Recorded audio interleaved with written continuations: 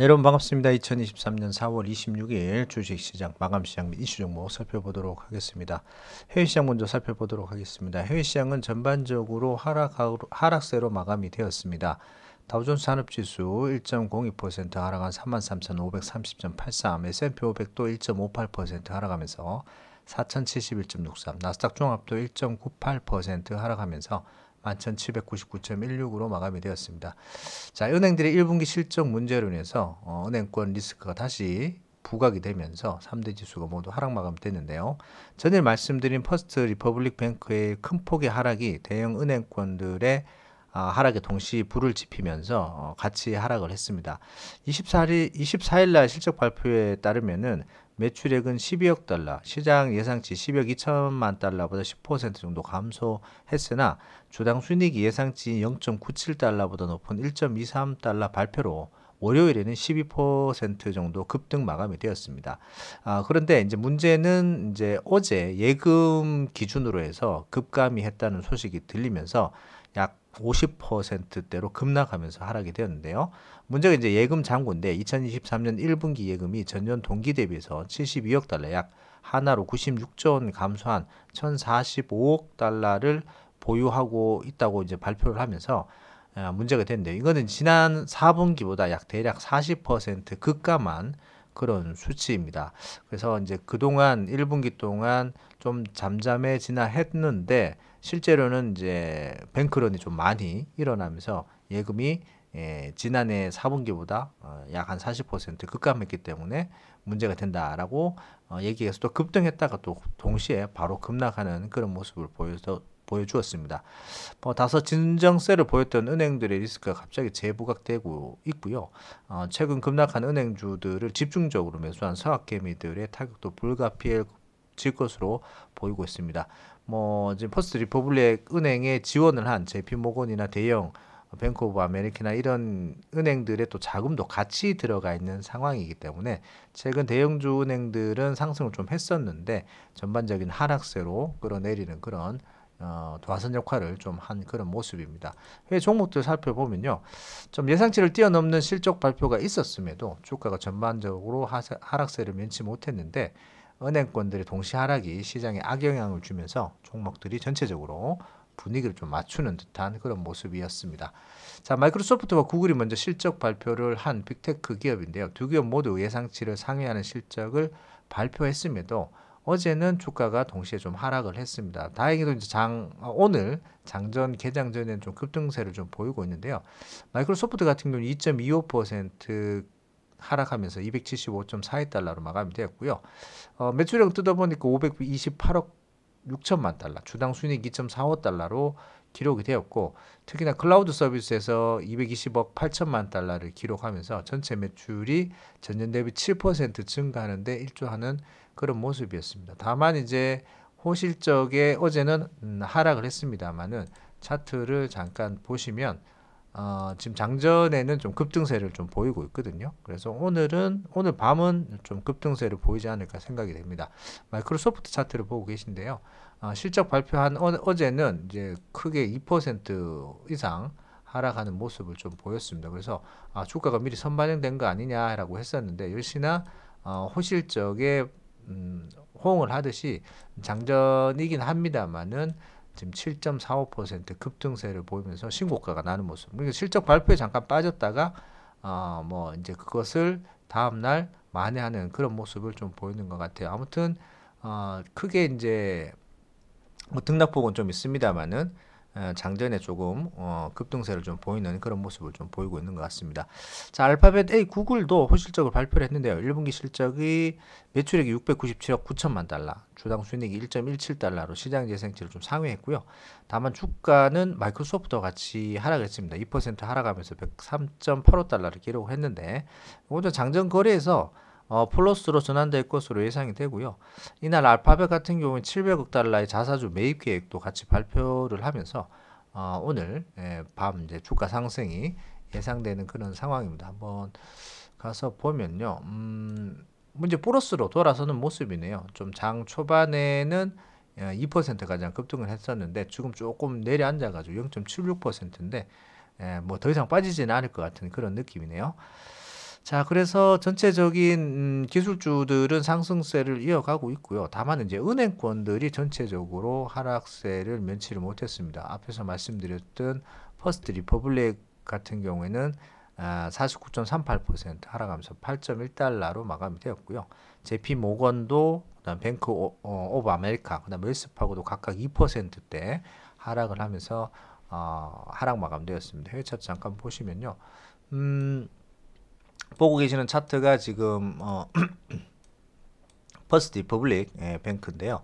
자, 오늘은 좀 다시 반등이 좀 나오는 그런 모습이긴 한데 요 날이 이제 실적 발표 주당 수익률이 예상보다 좋다라는 뉴스가 나오면서 12% 급등을 했었는데 바로 다음 날 근데 더 뜯어보니까 예금이 많이 낮아졌어. 그래가지고 40%나 급감했어.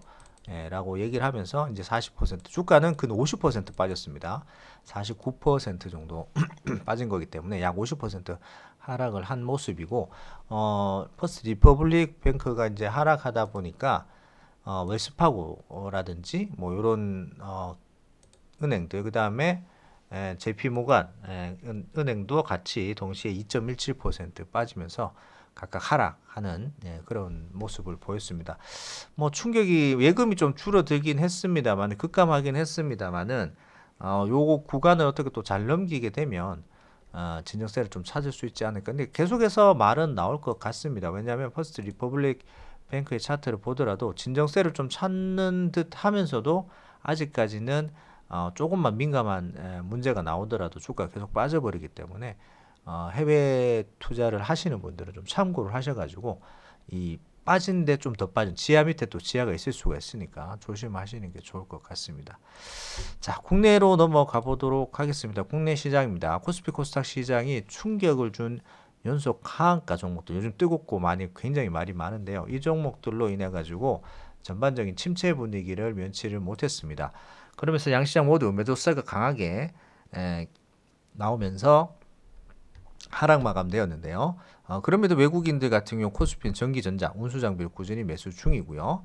이날 코스피는 0.17% 하락하면서 2484.83으로 마감되었고요. 코스닥은 0.99% 하락하면서 830.44로 마감이 되는 상황이었습니다. 원달러 환율은 전일보다 0.31% 상승하면서 1336원 30전으로 마감이 되었습니다. 코스피에서 개인은 2219억 매수, 외국인은 987억 매도, 기관은 1486억 매도로 나왔고요. 코스닥에서도 개인이 1412억 매수했고요. 외국인과 기관은 각각 1500억 매도했고 기관은 155억 매수로 마감이 되었습니다. 양시장에서 개인만 2000억, 1500, 2000억대 매수가 진행이 됐고요. 나머지는 매도 내지는 뭐 매수가 있어도 좀 작은 그런 모습이었습니다. 자, SG증권 매물 폭탄으로 인한 무더기 하한가 종목 이날도 3연속 하한가를 기록하면서 시장이 전반적으로 무거운 상태로 마감이 되었습니다. 금융위원회가 조사에 착수를 하면서 실체가 속속 드러날 것으로 보이긴 하지만 벌써 주가가 많이 폭락한 상태이기 때문에 투자자들의 손실은 불가피해 보입니다. 삼천리, 대성홀딩스, 성광, 서울가스는 이날도 하한가로 마감이 되면서 1년 동안 상승했던 상승분을 모두 반납하는 그런 모습이었습니다. 다행히도 뭐 다우데이터, 세방 같은 것들은 하락세를 일시 멈춘 상태이긴 합니다만은 그래도 이제 하락세가 워낙 컸기 때문에 다우데이터 같은 경우에 19% 하락, 그 다음에 세방도 25% 하락하면서 일단 진정세는 찾는 모습이긴 하지만은 조금 그래도 불안한 그런 상태를 유지를 하고 있습니다.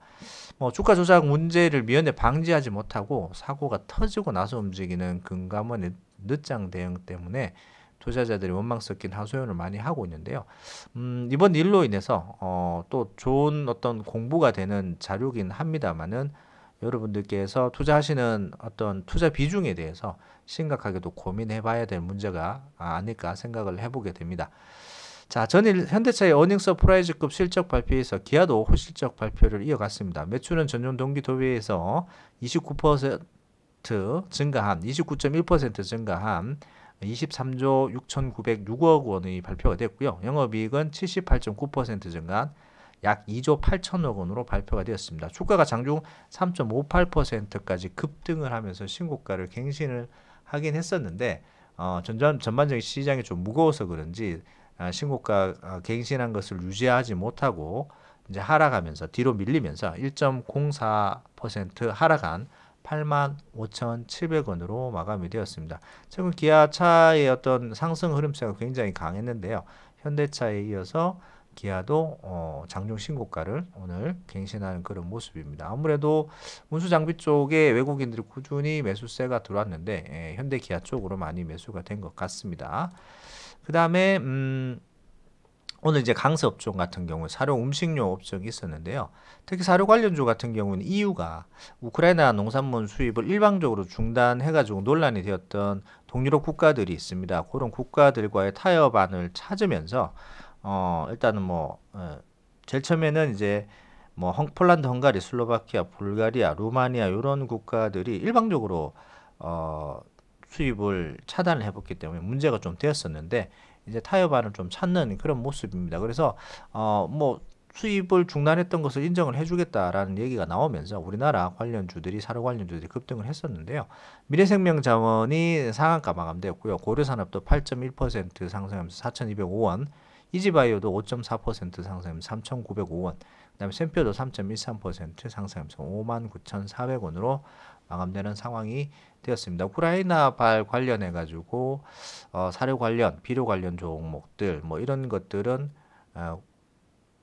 꾸준하게 얘기가 나올 수가 있기 때문에 단발성 어떤 호재로 나오지 않을까 생각이 됩니다. 너무 이쪽에 심취하지 마시고 너무 급등이 나온다는 뉴스가 나오시면 적절하게 수익 챙기시는 것도 괜찮으실 것 같아요.